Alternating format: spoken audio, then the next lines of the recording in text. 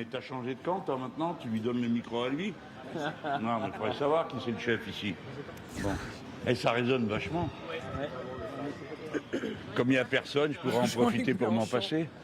On va régler l'écho, t'inquiète. Et Michel? S'installe. Quelques petites réflexions, quelques petits pics. Il fait du Mélenchon. Voilà, exactement, Elisabeth. Disons-le. Ils sont donc dans la circonscription où Julien Bayou est candidat. Mais ce qui est intéressant, c'est de les voir tous les deux. Parce que finalement, c'est les forces qui s'en sortent le mieux dans l'alliance de la NUP. C'est ceux qui ont vraisemblablement... qu'on m'a données. On écoute Jean-Luc Mélenchon. Nous faisons une fermeture de campagne à cet instant. Le lieu qui a été... Nous ne sommes pas tous là au complet pour des raisons de circonstances familiales des uns et des autres. Mais c'était important de marquer le moment en référence avec l'événement qu'est la sécheresse et la canicule. Sans doute d'abord parce que ça montre à quel point il est temps de changer les règles de fonctionnement de la société dans son ensemble. C'est bon, je crois. Ça y est, c'est grillé. Pour faire face aux conséquences du changement climatique. Alors attends, je vais attendre d'abord que les essais d'hiver soient terminés pour de bon. Ça y est? Bon, je recommence. Alors, oui, nous avons décidé de fermer la campagne ce matin ici. Ici parce qu'on comptait montrer une des conséquences de la canicule, à savoir la déformation naturelle, physique, depuis que le monde est monde, des matériaux quand il fait très chaud.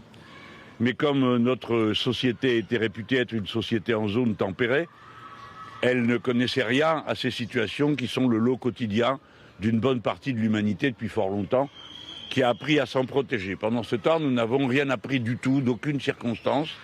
Et alors même que la sécheresse et la canicule sont des phénomènes très étroitement liés au changement climatique, que les alertes ont été données largement à temps, puisque, peut-être vous en souvenez-vous, j'avais essayé de démarrer ma campagne présidentielle sur le thème de la perturbation du cycle de l'eau. Rien n'a été fait. Et à l'heure à laquelle nous parlons, le gouvernement a prévu un numéro vert et des crédits. Alors c'est plus un gouvernement, c'est une cabine téléphonique.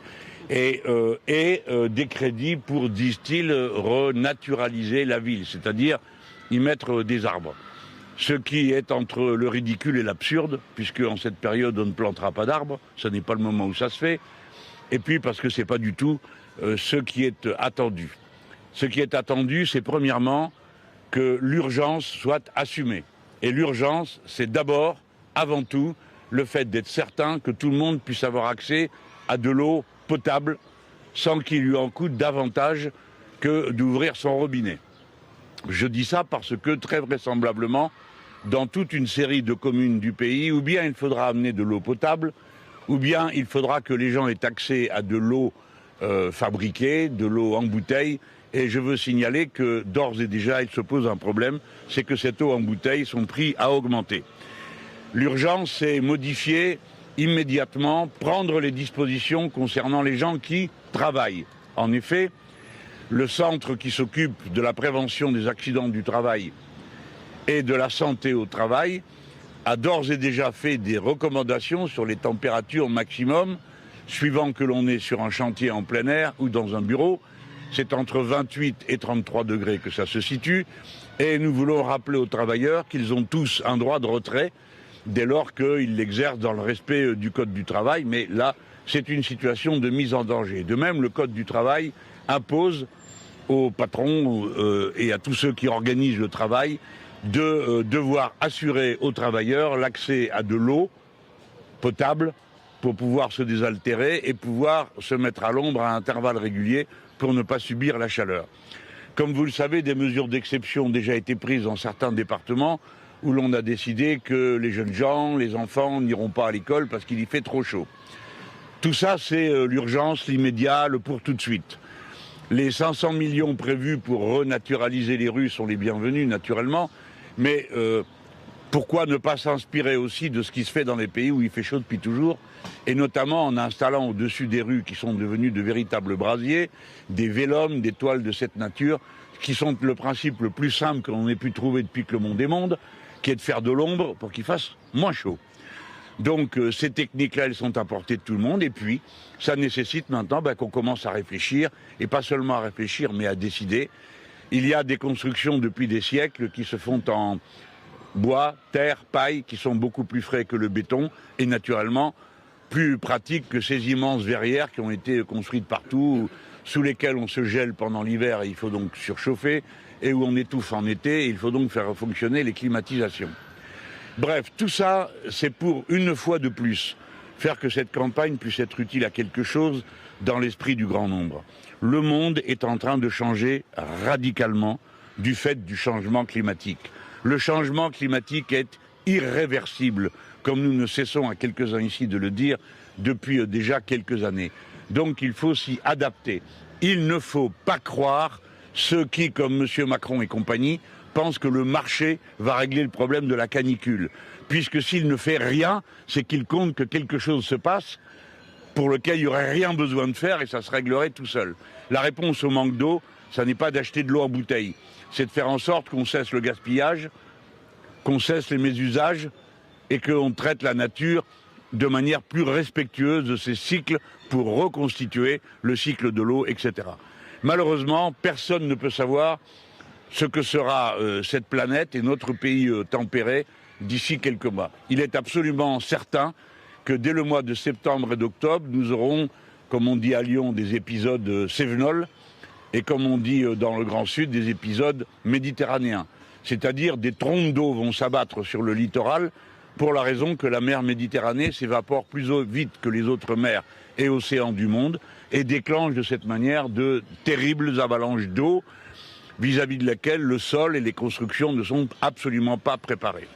Cet été, les gens vont avoir soif, vont avoir très chaud, des gens vont avoir besoin d'accéder à l'hôpital, mais 120 services d'urgence sont fermés, des maisons vont craquer, toutes celles qui sont installées sur des terres de glaise, et évidemment la glaise se rétractant, les maisons qui sont construites dessus ne vont pas très fort derrière, et la plupart des transports ferroviaires et autres vont être perturbés par le réchauffement des matériaux qui servent à rouler le rail par exemple. Enfin, il est à peu près certain que le nucléaire va tomber en panne à peu près partout, pour la raison qu'on n'a jamais refroidi une seule centrale nucléaire au monde avec de l'eau chaude, ça n'existe pas.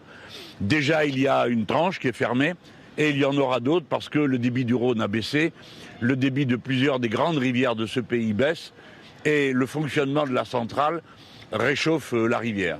Je pense que de cette manière, il y a un débat qui est clos. Le nucléaire est une énergie intermittente, beaucoup plus intermittente que les éoliennes en mer, qui elles sont plus constantes.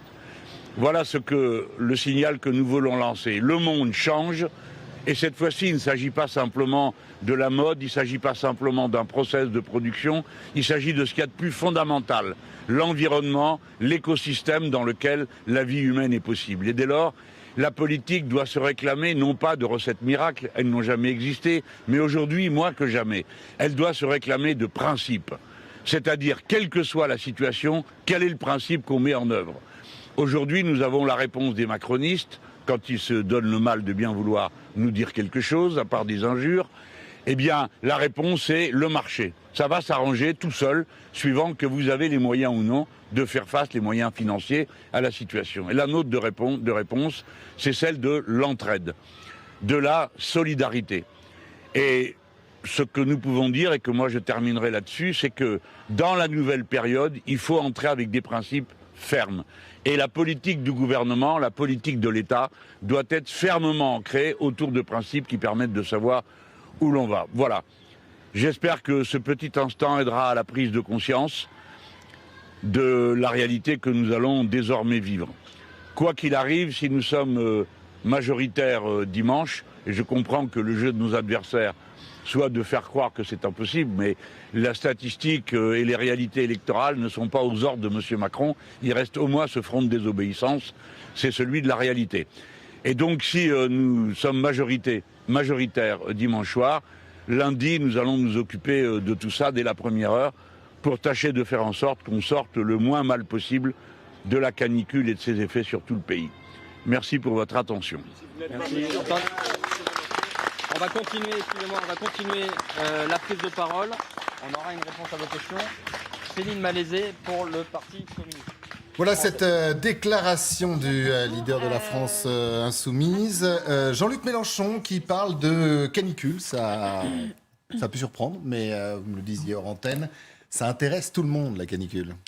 On peut imaginer que si Jean-Luc Mélenchon fait cette longue digression sur la canicule, c'est pour montrer qu'à quelques jours du deuxième tour, sa préoccupation va au quotidien des Français, qu'il est aux côtés des Français qui sont dans la difficulté avec cette canicule et que surtout son alliance électorale, la NUP, avec les différentes composantes, dont Europe Écologie Les Verts, puisqu'on voyait Julien Bayou à ses côtés, a des propositions concrètes. Alors il en a égrené un certain nombre, hein, c'était un petit peu long d'ailleurs, mais a des propositions concrètes pour lutter contre le réchauffement climatique. Donc c'était une façon pour Jean-Luc Mélenchon de faire de la politique qui peut intéresser les Français, non pas de la politique politicienne, mais de la politique de proximité. De proximité, en expliquant qu'il y avait des solutions que son alliance électorale pouvait mettre en place, peut-être dès lundi, si jamais il obtenait une majorité à l'Assemblée. Et donc, voilà, c'est une façon pour lui de se placer sur un terrain d'une politique qui puisse intéresser plus directement les Français. Après, c'était aussi sans doute pour faire beaucoup d'amabilité à Julien Bayou, qui était à ses côtés. Il est en campagne. Et pour mettre en avant la fibre écologiste de cette alliance électorale. Arlette Chabot, il dit dès lundi, nous nous occuperons de cette canicule. Si nous sommes élus, il fait il s'occupera de beaucoup de choses. Il fait de penser qu'il peut emporter les élections. Alors on sait que, évidemment, Jean-Luc Mélenchon maintient, même si effectivement les enquêtes, toutes les instituts de sondage avec les projections au siège, personne n'indique une possibilité pour la NUP d'avoir la majorité absolue. Néanmoins, évidemment, j'allais dire Jean-Luc Mélenchon entretient la flamme, si je puis dire, de l'espoir, c'est le jeu. Il choisit évidemment l'écologie parce que c'est théoriquement le point fort, le plus fort du programme, et il est effectivement dans la circonscription que convoite Julien Bayou.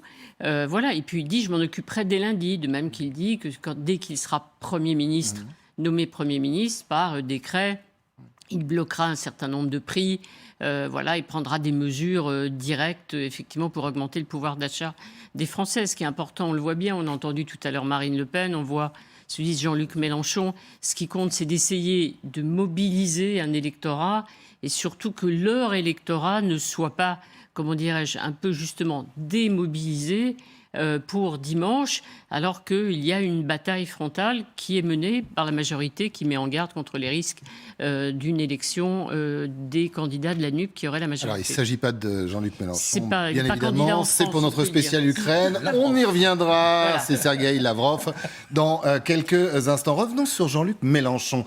Alors, il y a la fatigue de la campagne, bien évidemment, mais il y a aussi le ton. Alors, la forme plutôt champêtre, même si on reste dans la capitale. Mais hier, notamment, sur la visite en Ukraine du chef de l'État, ça a été le plus modéré des adversaires politiques, rien à voir avec Marine Le Pen.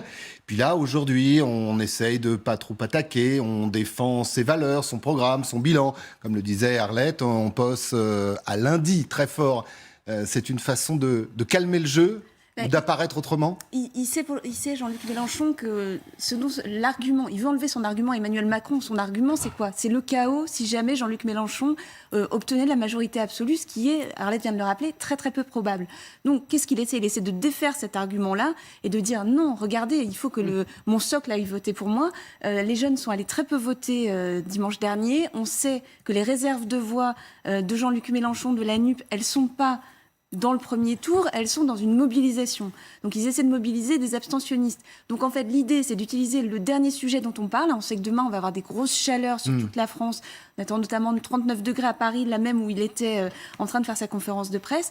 Donc, il espère que c'est le dernier sujet qui va rester dans les conversations du dimanche matin et que les jeunes vont se dire, il va au moins, il va faire quelque chose. On aura des avec un petit côté fibre verte.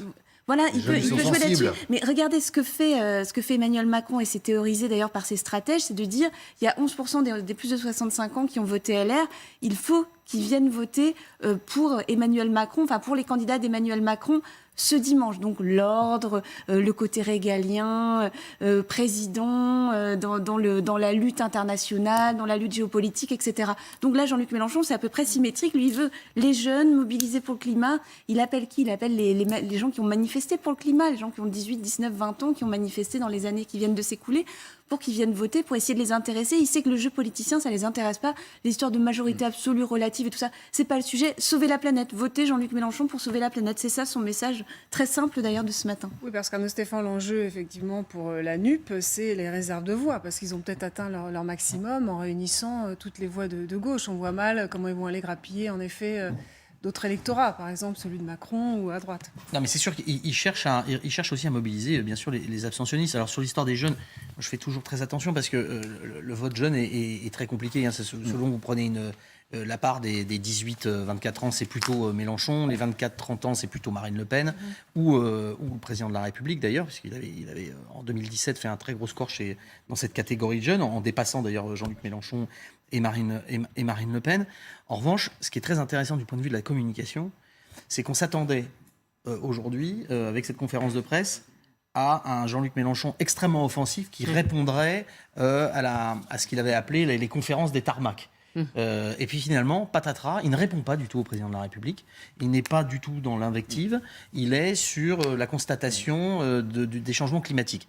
Je ne suis pas sûr qu'une conférence de presse à midi, un vendredi, avant l'élection législative, le deuxième tour, ça va avoir un véritable impact. Et deux, il faut savoir un truc, c'est que chez les électeurs, il faut un temps d'infusion.